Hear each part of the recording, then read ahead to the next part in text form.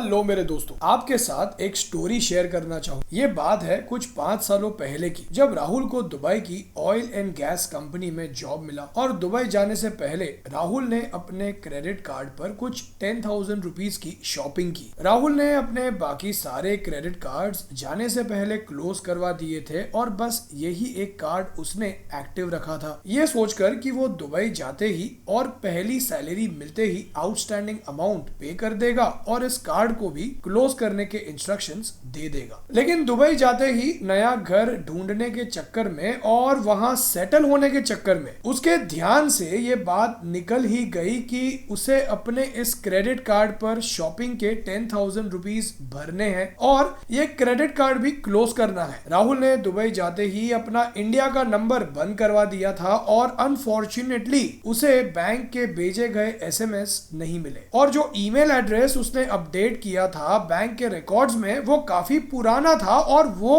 उस ईमेल को regularly check नहीं करता था। और राहुल ने फिजिकल स्टेटमेंट्स रिसीव करने का ऑप्शन भी स्टॉप करवा दिया था। कुछ 3 या 4 महीनों बाद बैंक वालों ने राहुल के एड्रेस पर रिमाइंडर लेटर्स भी भेजे, लेकिन अनफॉर्चुनेटली राहुल का मुंबई वाला घर बंद था। लेकिन 5 सालों बाद राहुल ने जब होम लोन के लिए अप्लाई किया और उसका होम लोन रिजेक्ट होने पर जब उसने सिबिल में इस बात की इंक्वायरी की, तब उसे पता चला कि उसके क्रेडिट कार्ड पर डिफॉल्ट हुआ है कुछ 2.5 लाख रुपयों का। अब आप सोचोगे कि भाई 10,000 रुपीज का अमाउंट 5 सालों में 2.5 लाख कैसे हो गया, राइट? तो दोस्तों, ये हुआ लेट पेमेंट फी और इंटरेस्ट रेट की वजह से। And let me tell you, ये जो मैंने आपको अभी बताया, ऐसा कई लोगों के साथ हुआ है ऑलरेडी, जहां उन्होंने या तो जानबूझकर या फिर अनजाने में क्रेडिट कार्ड का आउटस्टैंडिंग पे नहीं किया और ये अमाउंट इतना ज्यादा हो चुका है। क्या आपको पता है कि अगर आपका क्रेडिट कार्ड आउटस्टैंडिंग बस 5,000 रुपीज है और अगर आप सिर्फ मिनिमम अमाउंट ड्यू पे करते हैं हर महीने और उस कार्ड को यूज नहीं करते, तब भी आपको 11 बरस लग सकते हैं उस आउटस्टैंडिंग को पे करने। और मैं खुद ऐसे कितने लोगों को जानता हूं जो एक क्रेडिट कार्ड का आउटस्टैंडिंग क्लियर करने के लिए दूसरे क्रेडिट कार्ड से बैलेंस ट्रांसफर करवाते हैं, जो सही नहीं है।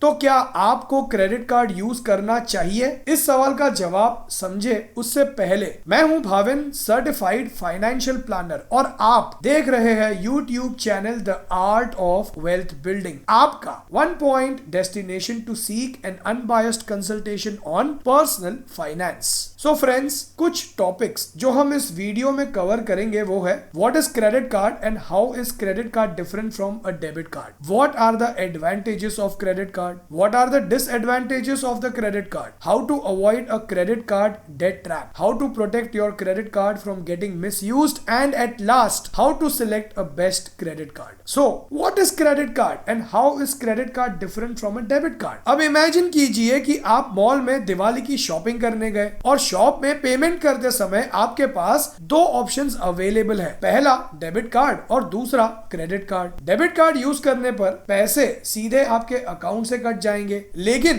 क्रेडिट कार्ड पर आपको एक क्रेडिट लिमिट दी जाती है और आप उस लिमिट जितना अमाउंट ही खर्च कर पाते हैं और जो अमाउंट आप पूरे महीने में खर्च करते हैं उतने अमाउंट का बिल जनरेट होता है जो आपको ड्यू डेट से पहले भरना होता है। So in short, credit card bank के द्वारा प्रोवाइड करवाया गया एक प्रकार का लोन है जो आप लेते हैं। क्रेडिट कार्ड को प्लास्टिक मनी भी कहा जाता है। एज क्रेडिट कार्ड को आप कहीं पर भी फिजिकल करेंसी की जगह यूज कर सकते हैं। तो अब बात करते हैं क्रेडिट कार्ड के कुछ एडवांटेजेस की। अब कुछ दिनों पहले यानी 7 नवंबर को मैंने हमारे घर के लिए 50,000 रुपीज का स्मार्ट टीवी खरीदा क्रेडिट कार्ड पर। मेरे क्रेडिट कार्ड की स्टेटमेंट डेट है 6th of every month. It means कि ये 50,000 रुपीज का अमाउंट अब मेरे 7th दिसंबर के बिल में रिफ्लेक्ट होगा और इस बिल की ड्यू डेट होगी 18th दिसंबर। और अगर ये कंप्लीट अमाउंट मैं 18th दिसंबर से पहले पे कर दूंगा तो मुझे बैंक इस ट्रांजैक्शन पर कोई इंटरेस्ट चार्ज नहीं करेगी। तो इसका मतलब ये हुआ कि मैंने क्रेडिट कार्ड पर बैंक वालों के पैसे 7th नवंबर से लेकर 18th दिसंबर तक यूज किए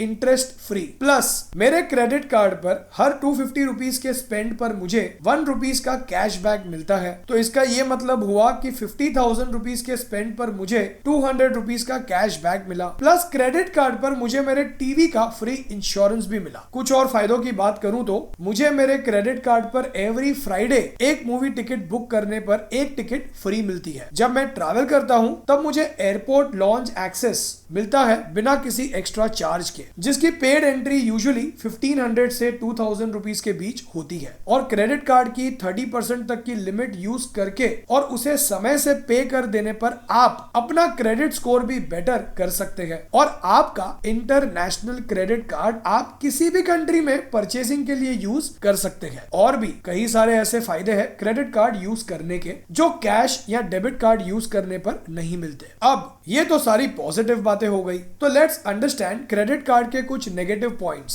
यानी क्रेडिट कार्ड यूज करने के कुछ डिसएडवांटेजेस। लेकिन उससे पहले इस वीडियो को लाइक और शेयर करके मुझे मोटिवेट जरूर कीजिए और फाइनेंशियल लिटरेसी को फैलाने में मेरी मदद कीजिए। अब टीवी वाले एग्जाम्पल में मैंने आपको interest free credit period, cashback, reward points की बात तो बता दी, लेकिन जस्ट इन केस अगर मैंने 18 दिसंबर से पहले ये 50,000 रुपीज नहीं भरे तो मुझे करीब 2 से 2,500 का इंटरेस्ट भरना होगा। और अगर मैंने मिनिमम अमाउंट भी नहीं भरा तो मुझे इंटरेस्ट अमाउंट के साथ साथ एक और 1,000 की लेट पेमेंट फी भी भरनी होगी, जो मुझे कैशबैक और इंटरेस्ट फ्री पीरियड के कंपैरिजन में काफी महंगा पड़ सकता है। कई बार जेब में कैश और अकाउंट में पैसे नहीं होने पर भी हम क्रेडिट कार्ड यूज कर लेते हैं फिजूल की चीजें खरीदने के लिए। तो क्रेडिट कार्ड होने से आप ओवर स्पेंडिंग करते हैं। मैंने खुद ऐसे कितने लोग देखे हैं जिनकी क्रेडिट कार्ड का बिल उनकी सैलरी का ऑलमोस्ट 50% होता है और अगले महीने पैसे कम पड़ने के कारण उन्हें दोबारा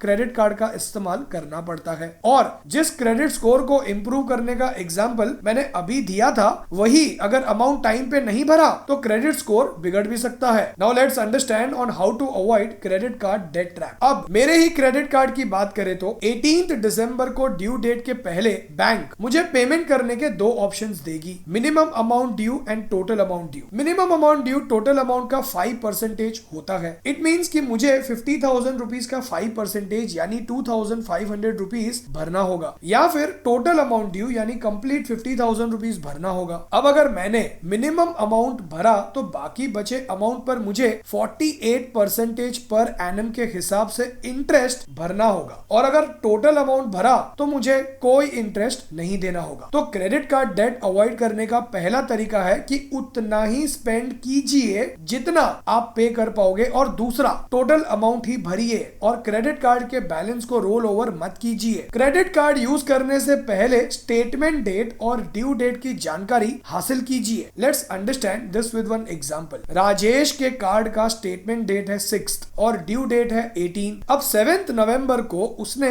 1 लाख रुपीस का स्मार्टफोन खरीदा, तो उसे अब ये 1 लाख रुपीस 18 दिसंबर के पहले चुकाना होगा, यानी ड्यू डेट से पहले। लेकिन 10 नवंबर को उसने रेस्टोरेंट में खाना खाया 2,000 रुपीस का, जो उसने अपने कार्ड से पे किया। तो अब 6 दिसंबर को जो स्टेटमेंट जनरेट होगा उसका मिनिमम ड्यू अमाउंट होगा 1,02,000 इंटू 5% इक्वल्स 5,100 रुपीस, और टोटल अमाउंट ड्यू होगा 1,02,000 रुपीस। अब राजेश 18 दिसंबर को सिर्फ 5,100 रुपीस यानी मिनिमम अमाउंट ही भरता है ड्यू डेट वाले दिन। तो उसके 6 जनवरी वाले स्टेटमेंट में कुछ इस तरह से इंटरेस्ट रिफ्लेक्ट करेगा। अगर उसके क्रेडिट कार्ड का इंटरेस्ट रेट 3.5% पर मंथ है तो 7th Jan to 10th November equals 3 days. So 1 lakh into 3.50% divide by 30 into 3 days equals 350 rupees. 10th November to 6th December equals 26 days. So 1,02,000 into 3.5% divide by 30 into 26 days equals 3,094 rupees. 6th December to 18th December equals 12 days. So 1,02,000 into 3.5% into 12 days equals 1,428 rupees.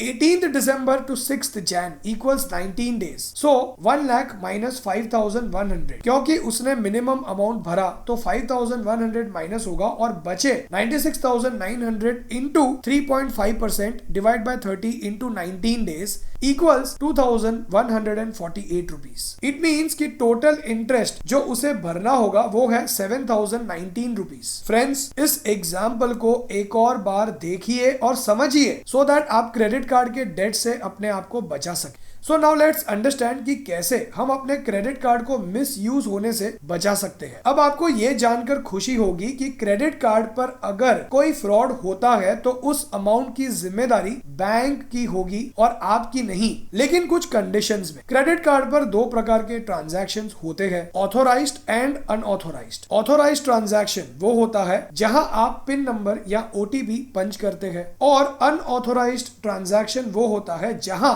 बिना pin या OTP के ही fraud हो जाता है, सिर्फ card number, expiry date और CVV number की मदद से। और अनऑथोराइज्ड ट्रांजैक्शंस के केस में पैसे भरने की जिम्मेदारी आपकी नहीं बनती। इट मींस कि आपको अपना क्रेडिट कार्ड किसी अनजान आदमी के हाथों में नहीं देना चाहिए और ओटीपी नंबर कभी भी किसी के साथ शेयर नहीं करना चाहिए। और हो सके तो अपने क्रेडिट कार्ड की ट्रांजैक्शन लिमिट को मिनिमम पर सेट कर दीजिए बैंक के कस्टमर सर्विस में फोन करके। सो अब कैसे सिलेक्ट करें बेस्ट क्रेडिट कार्ड? सबसे पहले तो समझिए कि आप किन चीजों के लिए सबसे ज्यादा यूज करेंगे आपका कार्ड। क्या आप ट्रैवलिंग करते हैं तो ट्रैवलिंग पर ज्यादा बेनिफिट मिलने वाला कार्ड यूज कीजिए। अगर आप ग्रोसरी, इलेक्ट्रिसिटी बिल पेमेंट के लिए यूज करेंगे अपना कार्ड तो इन खर्चों पर बेनिफिट मिलने वाला कार्ड यूज कीजिए। सो कार्ड अप्लाई करने से पहले उस कार्ड की benefits, hidden charges, annual fee, interest rate, इन बातों को समझिए और फिर ही क्रेडिट कार्ड को अप्लाई कीजिए। सो फ्रेंड्स, कुछ सीखने मिला हो इस वीडियो से तो लाइक और शेयर कीजिए अपने फ्रेंड्स और फैमिली मेंबर्स के साथ। और अगर आप अपना पर्सनल फाइनेंशियल प्लान बनवाकर ये समझना चाहते हैं कि कैसे आप अपने पर्सनल फाइनेंशियल गोल्स जैसे retirement, kids education, vacation, car खरीदना, घर खरीदना, इन्हें अचीव कर सकते हैं और कितने पैसे चाहिए होंगे आपको इन गोल्स को अचीव करने के लिए, तो व्हाट्सएप कीजिए इस नंबर पे अपना पर्सनल फाइनेंशियल प्लान बनवाने के लिए। और अगर अब तक आपने हमारे YouTube चैनल को सब्सक्राइब नहीं किया तो अभी सब्सक्राइब कीजिए और बेल आइकन पर क्लिक कीजिए, तो आपको हमारे हर संडे और वेडनेसडे वाले वीडियोस अपलोड होते ही नोटिफिकेशन मिलेगा आपके स्मार्टफोन पे और आप अपना पर्सनल फाइनेंस से रिलेटेड नॉलेज बढ़ा पाओगे। एंड फाइनली, इस वीडियो को पूरा देखने के लिए और आपका समय देने के लिए बहुत बहुत